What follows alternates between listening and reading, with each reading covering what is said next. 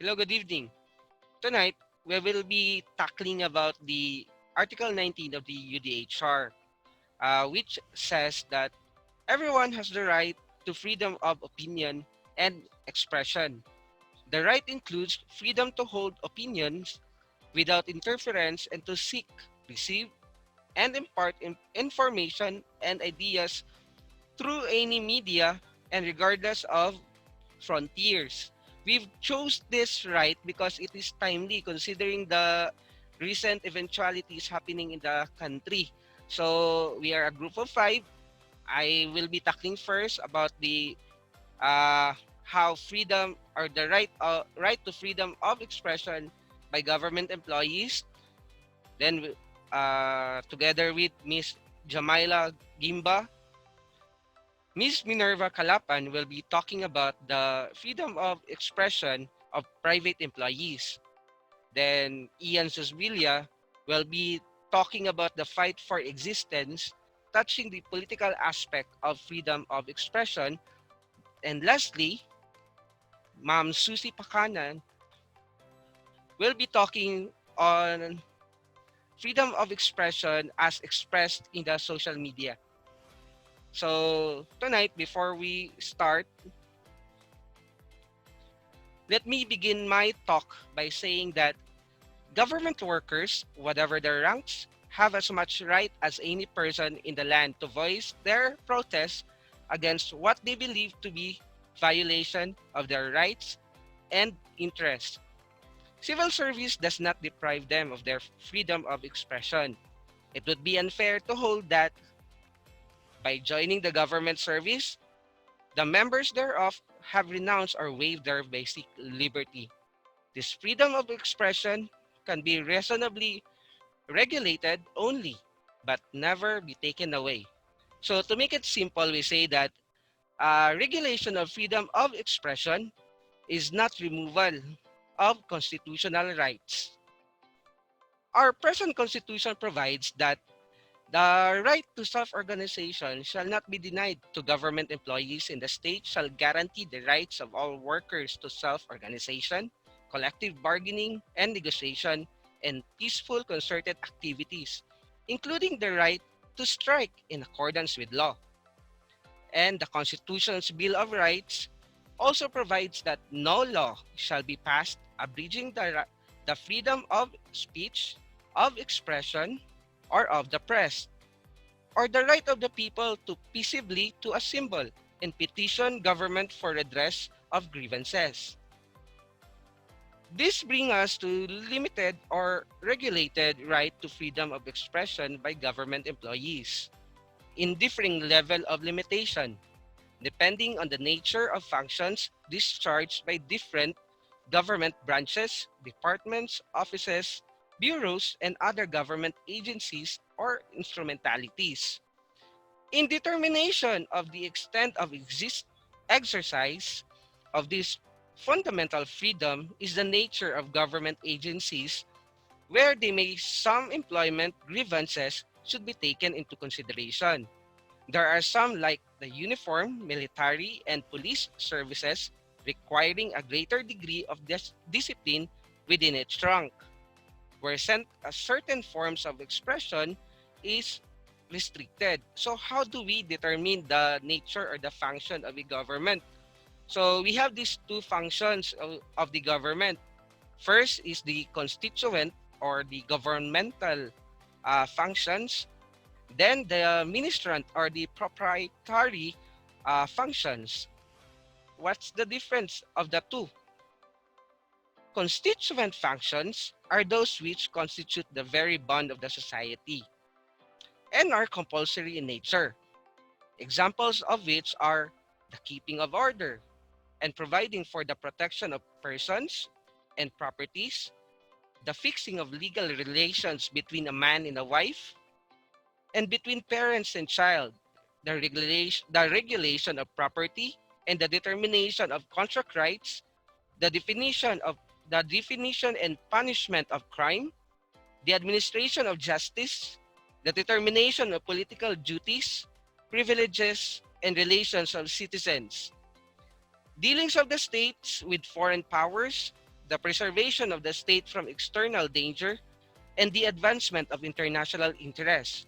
On the other hand, ministrant functions are those functions that are undertaken only by way of advancing the general interests of the society and thus merely optional. Example of which are public works, public education, public charity, health and safety regulations, and regulations of trade and industry. So these functions which our government is required to exercise to promote its objective as expressed in our constitution and which are exercised by it as an attribute to sovereignty, and those which it may exercise to promote merely the welfare, progress, and prosperity of the people. The freedom of expression is guaranteed in its fullest outside the government, but perhaps more regulated when one assumed the role of a public officer. The right to speech is inherent. However, the act of joining a government office should be construed as an understanding that the individual's exercise of his basic right is subsumed by the necessity of providing public services to the greater majority. The limits are inherent in nature of the governance. The Constitution states that public officers and employees must at all times be accountable to the people, serve them with utmost responsibility, integrity, loyalty, and efficiency, act with patriotism and justice, and lead a modest life. Republic Act 6713 bears the eight norms of conduct and ethical standards of public officials and employees, thus providing the following norms of conduct as found in Section 4 of this Act. First, the commitment to public interest, professionalism, justness and sincerity, political neutrality, responsiveness to the public, nationalism and patriotism, commitment to democracy, and simple living. All of these norms means that public accountability and a commitment to giving priority to the public interest above private one's demand, some level of limitation on the exercise of the right to freedom of expression by government employees. There are differing levels of expression constitutionally allowed. Traditional classifications distinguish between those that perform governmental or constituent functions and those that exercise ministrant functions. So there are four types of employees in the government. The first is are the employees of the government-owned and controlled corporation. Second, the public officer based on popular vote. Third, members of the judiciary. Fourth, military and uniformed service personnel. Let's talk about the employees of government-owned and controlled corporation. The government employees of government departments, bureaus, offices, and agencies and instrumentalities, which are basically ministrant in nature, should thus have a wider scope of freedom of expression compared to the other types of government employee. But as in the exercise of rights of free expression and of assembly, there are standards for allowable limitations as the legitimacy of the purposes of the association, the overriding consideration of national security, and the preservation of democratic institutions. As regards the right to strike, the Constitution itself qualifies its exercise with the provision in accordance with law. This is a clear manifestation that the state may, by law, regulate the use of this right or even deny some sectors of such right. Executive Order number 180 is an example of which provides guidelines for the exercise of the right of government workers to organize.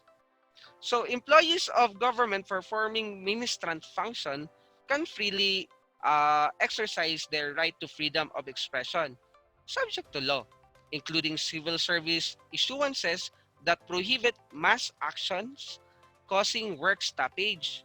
Government employees must uphold their commitment to public interest and act in accordance with the code of conduct and ethical standards of public officials and employees.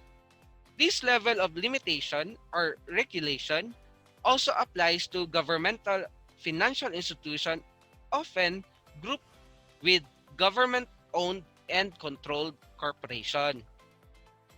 On the other hand, uh, government bodies that performs governmental or constituent functions can be further classified based on different factors. Some hold public office based on popular votes. An example of which are such is the elected senators and representative of Congress. These public officials are in the position to pass laws for better employment benefits for all government employees. Lawmaking, of course, involves deliberating on, on political questions. Thus, the extent of freedom of speech appears wider for those in Congress. The Constitution even provides that no member shall be questioned nor be held liable in any other place for any speech or debate in the Congress or in any committee thereof.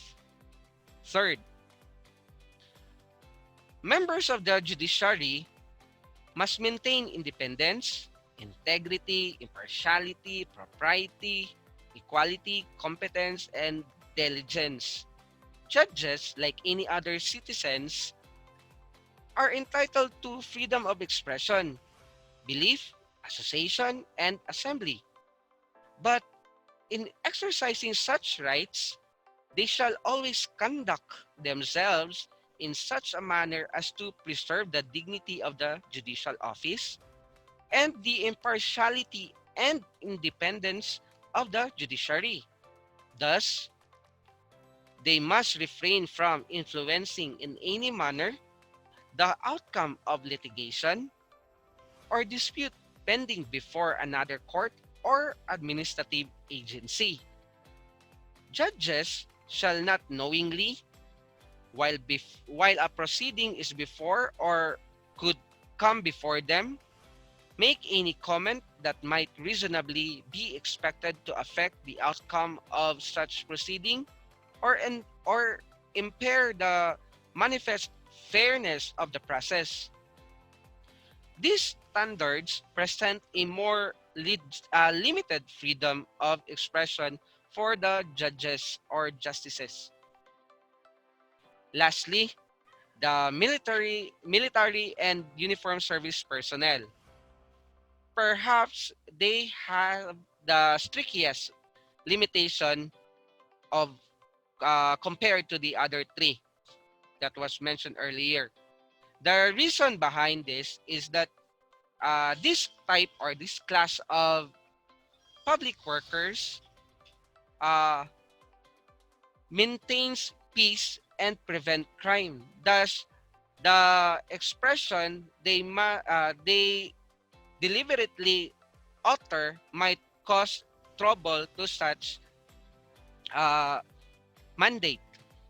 In the concurring statement of Mr. Justice Marvick Yunen, in the case of Davao City Water District versus Aran West, GR number 194192, 16 June 2015, he said that the constitutional right to freedom of expression belongs to all, but its exercise may be reasonably regulated.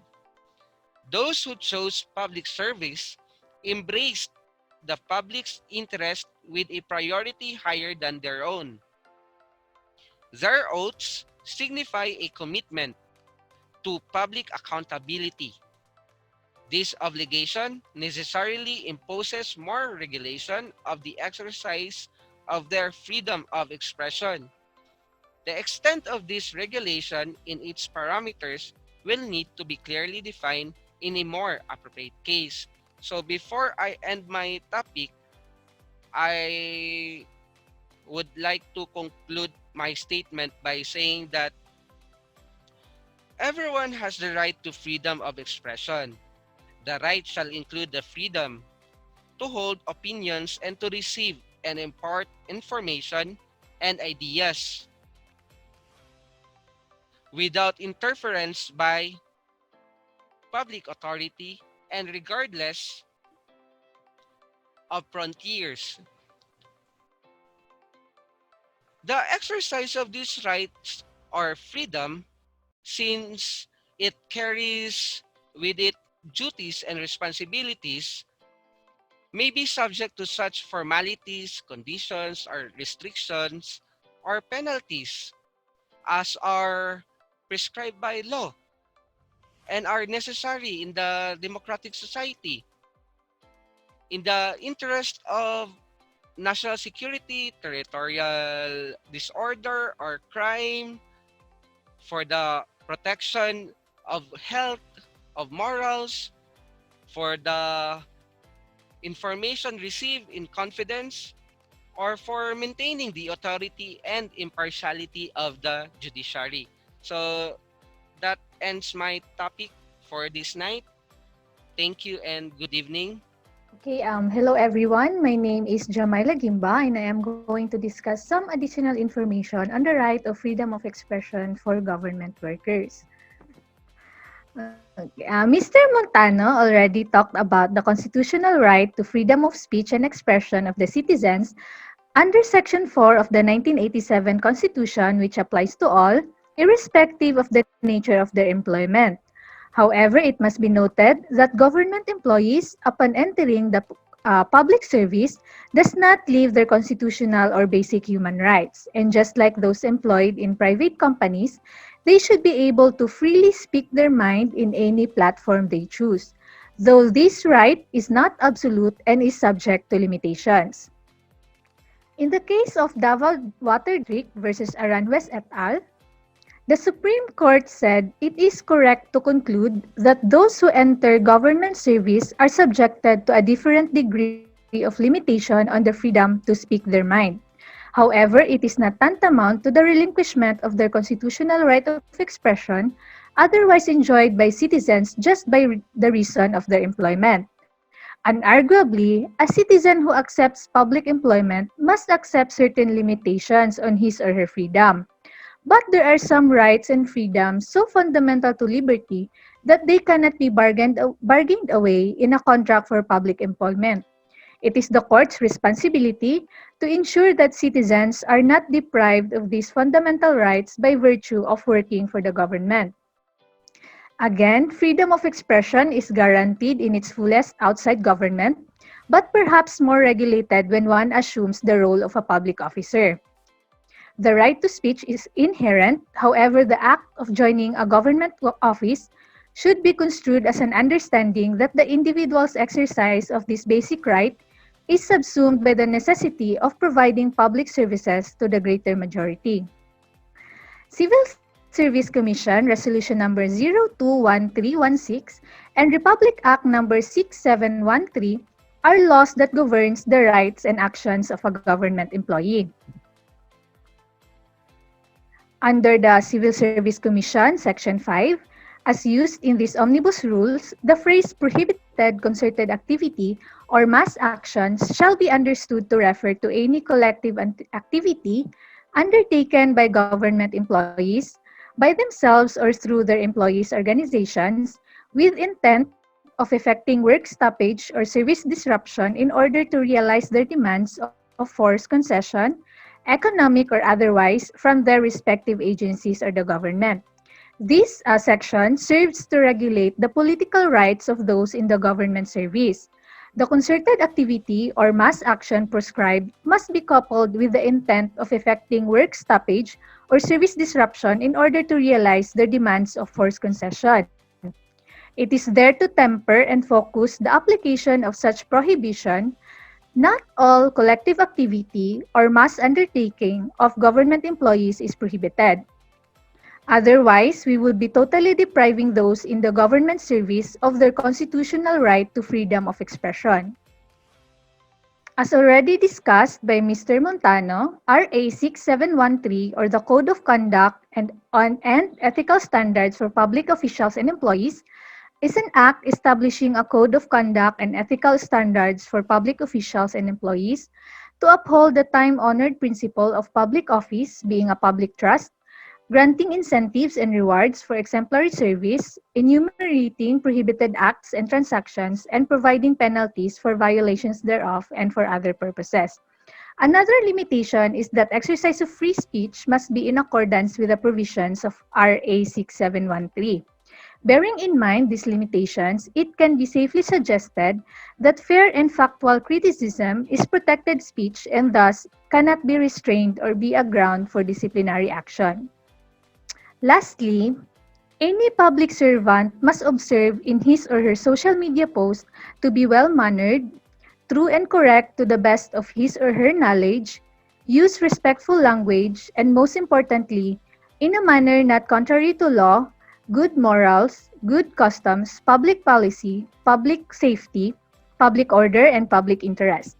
Remember, the constitutional right to freedom of expression belongs to all, but its exercise may be reasonably regulated, and those who chose public service must embrace the public's interest with a priority higher than their own. It mandates them to commit themselves to the democratic way of life and values, maintain the principle of public accountability, and to at all times uphold the Constitution and put loyalty to country above loyalty to persons or party. Thank Okay. you.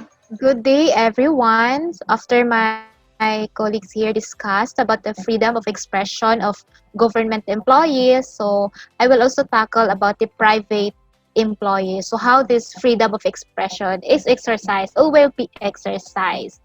So in a word, freedom of expression, expressing one's views, enjoys a level of primacy among our constitutional guarantees, but it has never been considered to be absolute and immune from reasonable regulation because expressing the our exercising our freedom of expression, especially by private employees, will be subject to certain regulations applicable in a working environment because we know that one's right ends when others' right begins. So in a workplace, particularly in a private companies, employees have also rights to express and speak out their views about labor issues and working term and conditions affecting themselves. So what the Constitution says on this?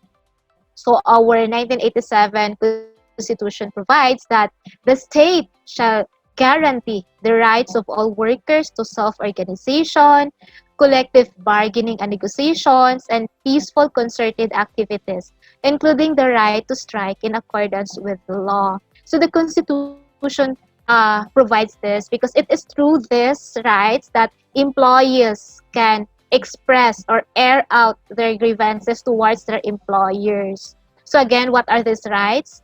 First, we have the right to peaceful concerted activities, to self-organization for purposes of bargaining, and the right to strike.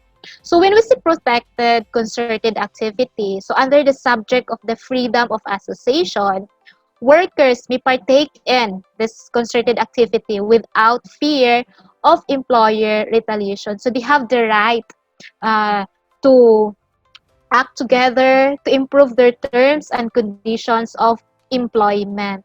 So when we say right to self-organization, means that workers and employees can form, join, or assist unions, organizations, or associations for purposes of collective bargaining and negotiation, and for mutual aid and protection because employees through their organization legitimate labor organization, they can enter into bargaining and negotiation with the employer or the management side.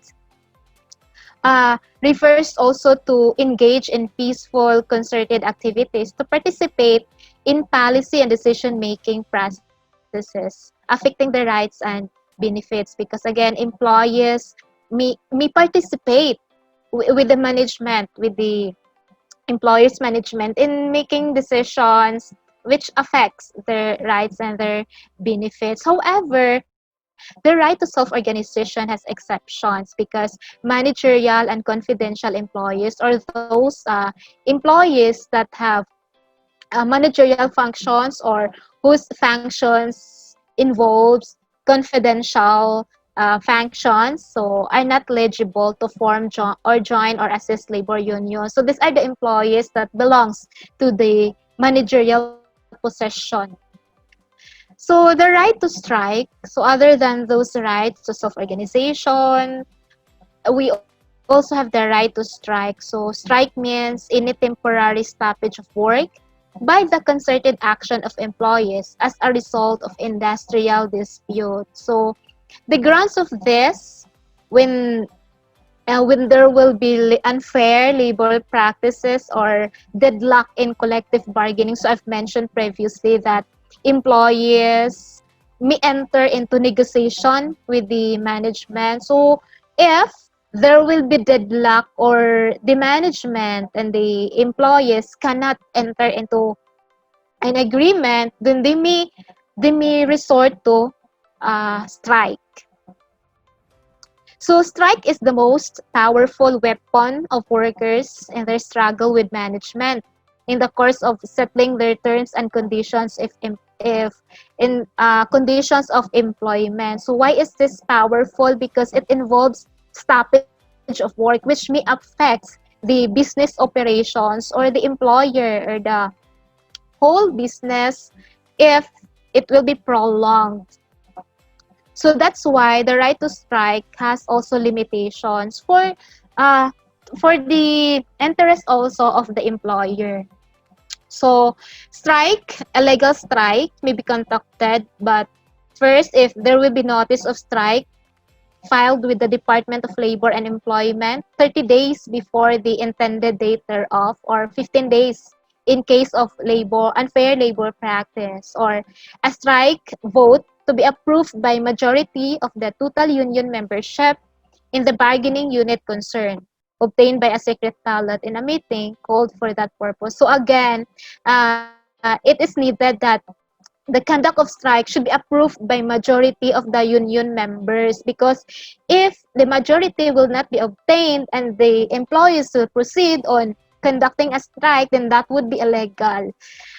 And then the third requisite is a notice be given to the DOLE of the results of the voting at least 7 days before the intended strike. So when employees plan to conduct this strike, so these steps should be done. So exercising one's right to air out grievances in relation to employment should also be given protection. Yes, employees can also air out their grievances. What is a grievance? A grievance is defined as any question by the employer or the worker regarding the interpretation or application of the collective bargaining agreement or company personnel policies. So the labor code also provided that an employee or group of employees may present their grievances to their employer at any time, so they can air out their grievances. However, there is also process to be followed in filing the grievances. So the employee cannot just air out their grievances anywhere to anyone in the company, which could be prejudicial or so, or we may affect the interest of the employer. So the employee cannot just air out their grievances, especially in the public, the social media. So the process of filing grievances is the procedure for filing a grievance is at the discretion of the employer and employee and subject to the policies of the respective workplaces. So if the grievance arises from the interpretation or application of the CBA, such as grievance in the technical sense, it is then subject to the grievance procedure. So this is a formal series of steps agreed by the parties to a CBA. So from a legal standpoint, the grievance procedure is a mandatory part of every CBA. So collective bargaining agreements between the employees and the employer should also contain the grievance procedure, which should be followed in airing out grievances, of course. So that's basically the steps or the rights given to the employees in expressing with, especially in the private employment. So we know that the constitutional right to freedom of expression belongs to all, to every one of us, to every citizen of our country. But we should remember that its exercise may be reasonably regulated, and private employment has procedures on that, as previously mentioned, which should be followed by every employees in the exercising of the right to freedom of expression. So that's all for my part. Thank you. Okay, a great day, everyone. I would like to share to you some points that would possibly help in creating awareness about social media in relation to our current laws, especially in Article 19 of the Universal Declaration of Human Rights. Social media has become an integral part of all our lives. We use it to connect with our friends and family, to catch up with current events, and perhaps most importantly, to entertain ourselves. Now we need to define first what is social media and recall some important parts of its history. Social media is understood as the different forms of online communication used by people to create networks, communities, and collectives to share information, ideas, messages, and other content such as videos. The rapid growth of internet, rooted from 1960s and 1970s, when various private and public organizations were working to try and find ways to get computers to communicate with one another, which we can consider as the beginning of online social media. Okay, next. The first two social media platforms were 6 Degrees and Friendster, both of which are no longer around, despite playing an influential role in starting what has become a social media revolution. These are followed by the creation of MySpace, LinkedIn, Facebook, Twitter, Instagram, Snapchat, and the likes. Filipinos are very social people. They're known for their close-knit relationships among family and friends. Social interactions are a basic part of daily life in the Philippines. Even extending to strangers, as Filipino hospitality is legendary. That's why it comes as no surprise that Filipinos are quick to take to social media. For the third year in a row, the Philippines holds on its title of social media capital in the world. Based on a study released by Hootsuite, a United Kingdom-based consultancy, We Are Social, there were 73 million internet and social media users in the Philippines in January 2020. Internet and social media penetration in the Philippines stood at 67% in January 2020. There were also 170.2 million mobile connections in the Philippines in January 2020. The number of mobile connections in the Philippines in January 2020 was equivalent to 115% of the total population. Facebook still takes the lead as the most visited social media site and overall website with 75 million monthly active Filipino users. This just goes to show that for Filipinos, Facebook is synonymous with the internet, followed by YouTube, Facebook Messenger, Instagram, and so on. The biggest group of social media users in the Philippines, particularly in universities, are in the 18 to 24 age range, wherein making up 33% of active users or around 21 million users. With this, it's interesting to note how intertwined social media platform, especially Facebook in particular, is with both the user's social, personal life, and academic life.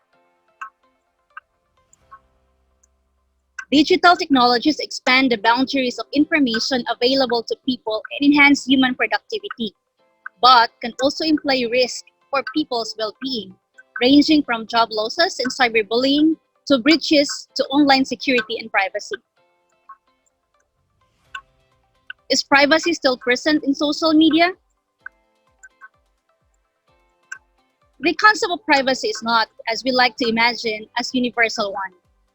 Traditionally, the right to privacy is concisely defined as the right to be left alone. It has also been defined as the right of a person to be free from underside publicity or disclosure, and as the right to live without unwarranted interference with the public in matters with which the public is not necessarily concerned. In the Philippines, privacy is traditionally viewed as a person's right against a reasonable seizure, which is the person's right over his or her house, office, or any place where she has expectation of privacy, wherein the state or government cannot enter without warrant. There are several laws that deal with privacy in general and in relation to social media. A range of privacy policies can be found in the Constitution, Revised Penal Code, Rules of Court, and Civil Code. Now let's start with the 1987 Constitution. The Constitution tries to provide provisions with regards to right of privacy under the Bill of Rights, namely, the right against unreasonable searches and seizures, and the right to privacy of communication and correspondence. From the two sections, it can be surmised that the right to privacy can be defined as the right to be left alone. It is the right of a person to be free from undesired publicity or disclosure, and as the right to live without unwarranted interference by the public in matters with which the public, again, is not necessarily concerned. Second is the Civil Code of the Philippines. Provisions related to privacy can be drawn out from Chapter 2 of the Civil Code of the Philippines under Human Relations, in which Article 26 states that every person shall respect the dignity, personality, privacy, and peace of mind of his neighbors and other persons.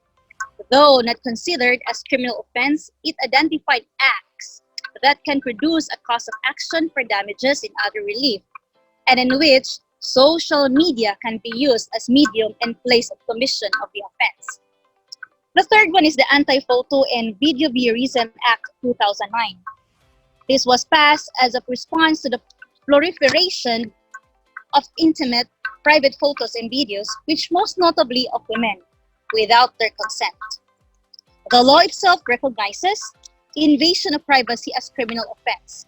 The law penalizes those who take photo or video coverage of a person or group of persons performing sexual acts or any similar activity, or of capturing an image of the private area of a person or persons without the latter's consent, under circumstances in which such person have a reasonable expectation of privacy. The next one is the Data Privacy Act of 2012. This is an act protecting individual personal information in information and communication systems in the government and the private sector. It mandates the public and private institutions to protect and preserve the integrity and confidentiality of all personal data that they might gather, including the processing of personal information and sensitive personal information. The next one is the Cybercrime Prevention Act of 2012. It was enacted to address crimes committed in cyberspace and use of information communication technology.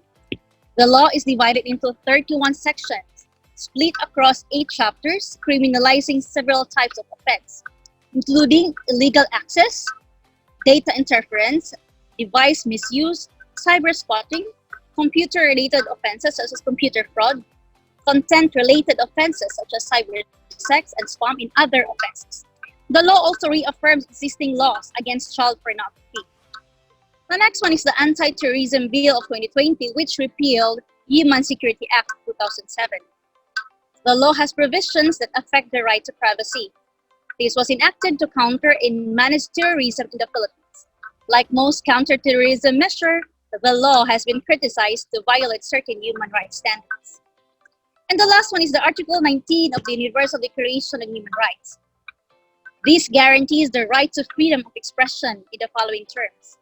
Everyone has the right to freedom of opinion and expression. This right includes the right to hold opinions without interference and to seek, receive, and impart information and ideas to any media and regardless of frontiers. Think before you click. Think before you share. It is crucial that everyone understand that behind a screen or a digital profile, there might be an unknown world which could compromise your well-being and of those around you. The pervasive use of social media in the Philippines greatly affected the manner by which Filipinos interact and communicate. Many live in the always available mode. While the Philippines is not an information-based society, it is very much a network culture.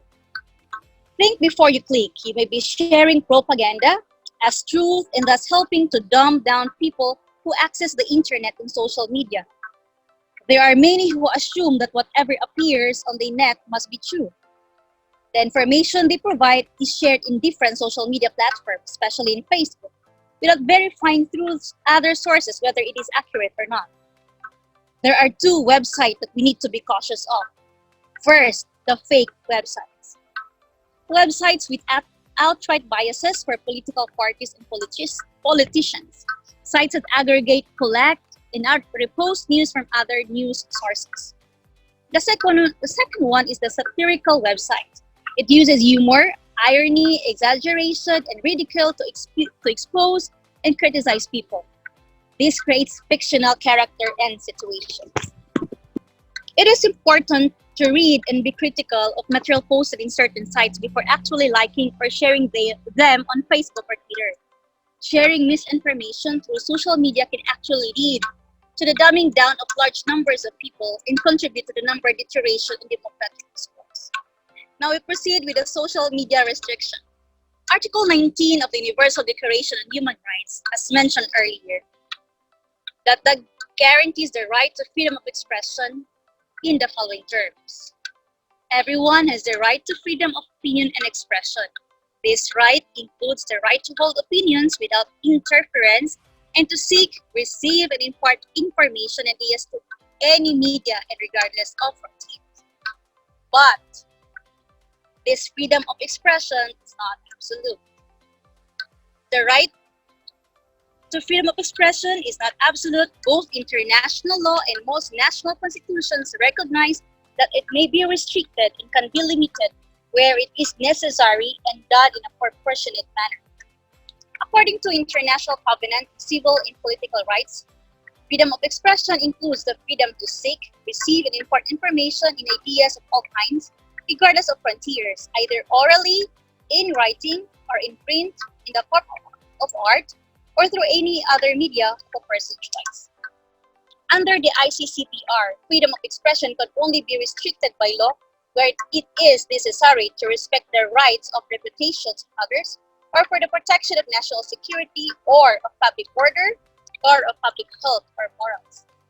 Speaker Pantaleon Alvarez III introduced House Bill 5021, an act regulating the use of social media, prescribing penalties and for other purposes, or the Social Media Regulation Act of 2017, for the alleged failure of social media networks to provide an effective method or system to authenticate accounts registered to them, citing the need to protect social media users and curb abuses such as online identity theft.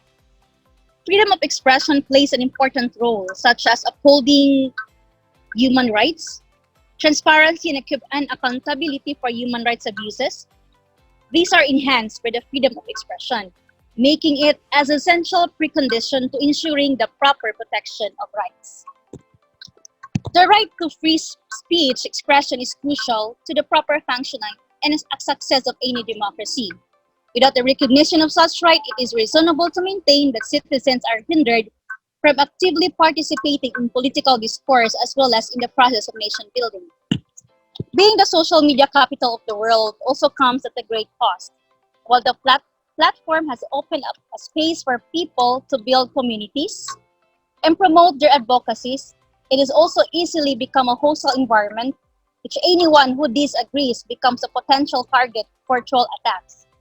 Lies spread even faster than truth, and propaganda campaigns have manipulated public opinion and vastly polarized the Filipino online community, which suddenly people don't agree anymore with the facts.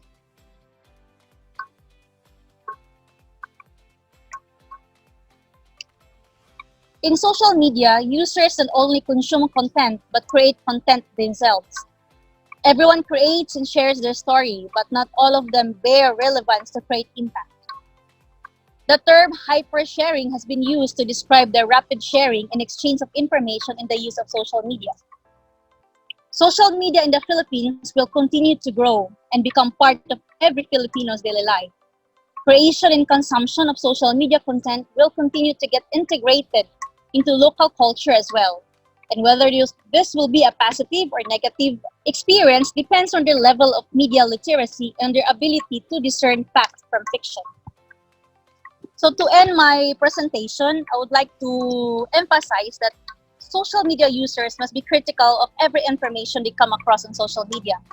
Sharing our opinion would, more often than not, mean putting our privacy, safety, and even sanity on the line. But only with courage that opinion succeeded in making a difference and creating impact. Be it to inspire, empower a community, stand with the vulnerable, or stand for the truth. That would be all. Thank you. So hello everyone. So I'll be discussing the last topic for this webinar, and my discussion will be entitled "The Fight for Existence" for the year 2020. So we all know that 2020 is a very challenging year for every one of us, especially that we were caught off guard with the when we were struck by the pandemic called COVID-19, and we are currently fighting for our right for existence. But that's not going to be my core discussion for this talk. I'll be discussing more on the current and relevant issues regarding freedom of expression. First, let's define what is freedom of expression. So, freedom of expression refers to the ability of an individual to express their beliefs, thoughts, ideas, and emotions about different issues free from government censorship. So it is said that the freedom of expression is the foundation of free, open, and democratic society. It is an indispensable condition to the exercise of almost all of civil and political rights. So first, let us define what is censorship. So censorship means that um, expression or dissemination of ideas to the public is prevented. So the general rule is that freedom of expression is not subject to any prior restraint or censorship because the Constitution commands that it shall not be abridged. Specifically in the Article 3, Section 4 of the 1987 Constitution of the Philippines specifies that no law shall be passed abridging the freedom of speech of expression. However, over time, courts have carved out a narrow and well-defined exceptions to this rule. Just like any other rule, there's always an exception. And this freedom of expression may be subjected to prior restraint and subsequent punishment, but of course, it is always in accordance with the guidelines that serves as safeguard against arbitrary restrictions. So, in the case of Chavez versus Gonzalez, the Supreme Court said that expression may be subject to prior restraint or censorship on four categories, namely, first, pornography; second, false or misleading advertisements; third, advocacy of imminent lawless action; and lastly, danger to national security. These four categories are also called the unprotected expressions. Prior restraint on these unprotected expressions are imposed because of the content itself that are against the general welfare and interest of the state. All other expressions is not subject to prior restraint or censorship when it does not belong to those four mentioned. Those that do not belong to the four are called the protected expressions. So why is freedom of expression important?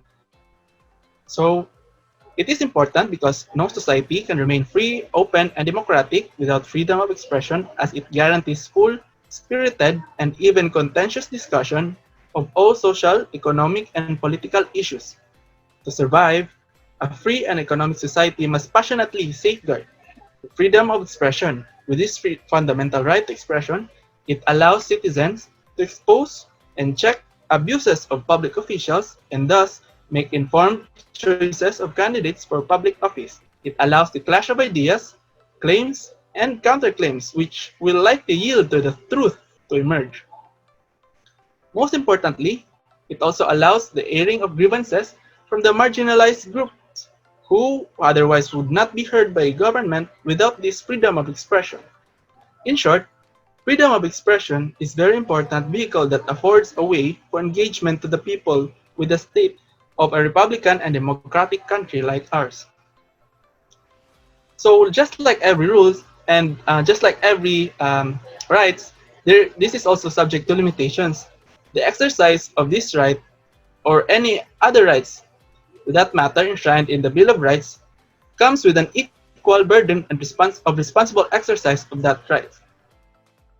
While there can be no prior restraint on protected expression, such expression may be subject to subsequent punishment, either civilly or criminally.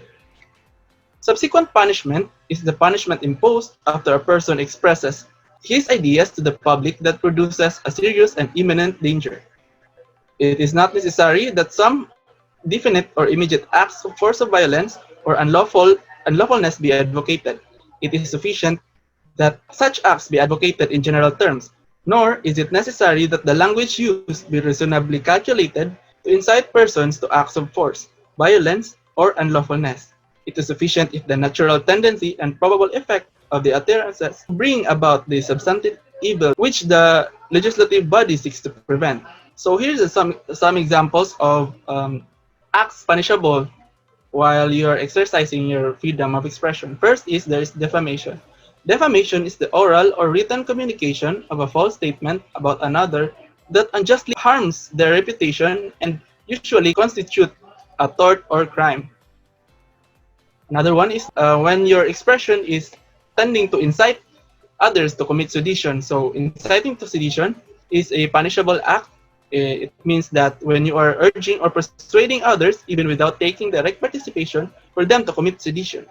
So sedition is committed by persons who rise publicly and tumultuously in order to attain by force, intimidation, or by other means outside of legal methods, and the following objects. First is to prevent the promulgation or execution of any law or the holding of any popular election. Second is to prevent the national government or any provincial or municipal government or any public officer thereof from freely exercising its or his functions or prevent the execution of any administrative order.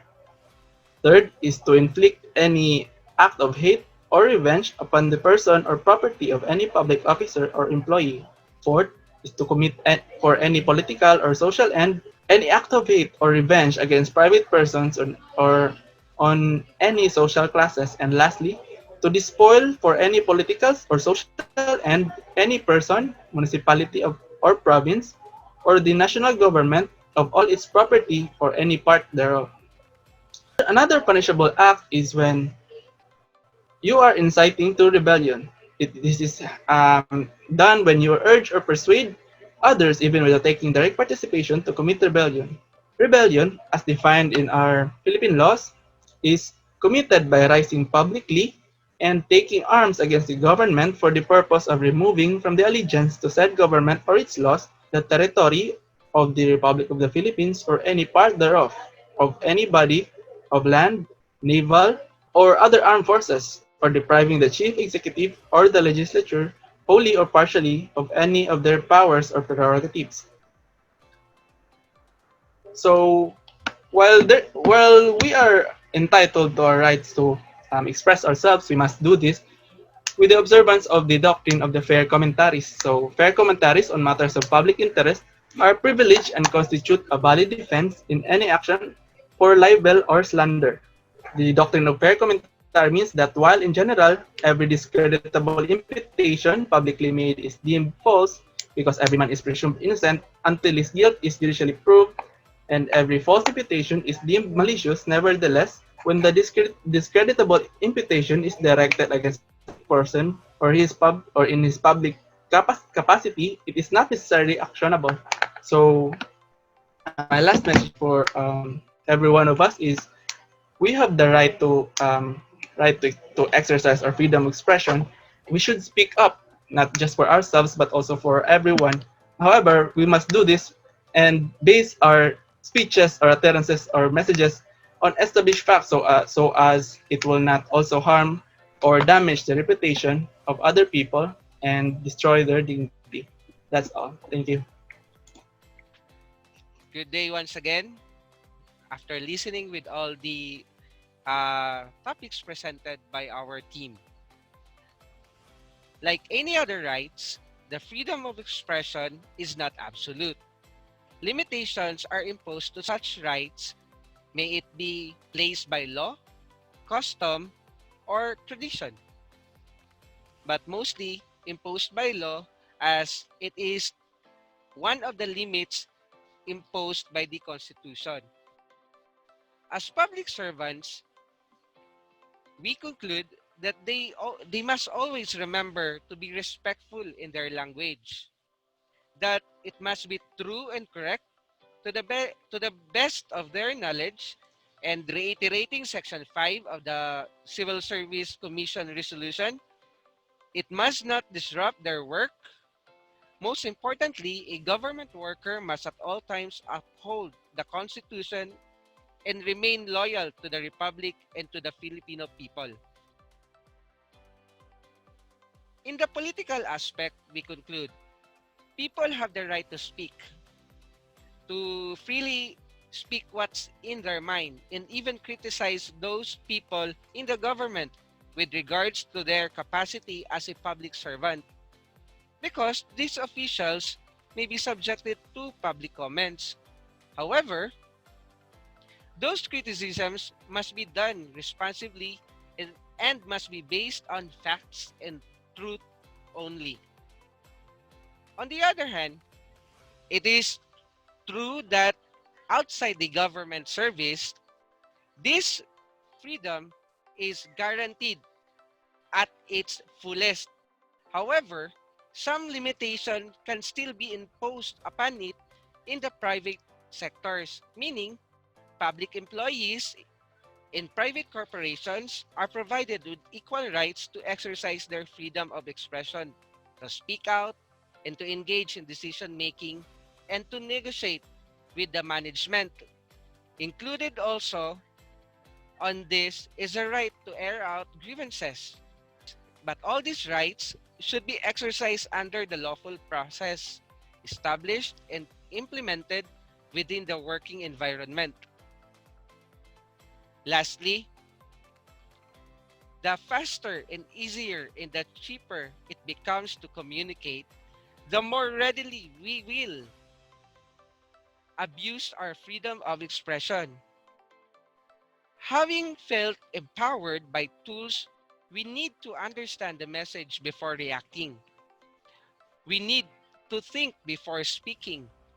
We show empathy by putting yourself in the shoes of the ones you are about to criticize. Before we end this webinar, the constitutional right to freedom of expression belongs to all. We would like to borrow the statement of Justice Marvick Yonen. Silence about corruption and abuse of power is not only in itself unjust. Our silence, when we have the ability to speak, is in itself cause of injustice. We further state that only with courage that opinion succeeded in a making difference and creating impact, be it to inspire, empower a community, stand with the vulnerable, or stand for the truth. Once again, thank you and good day.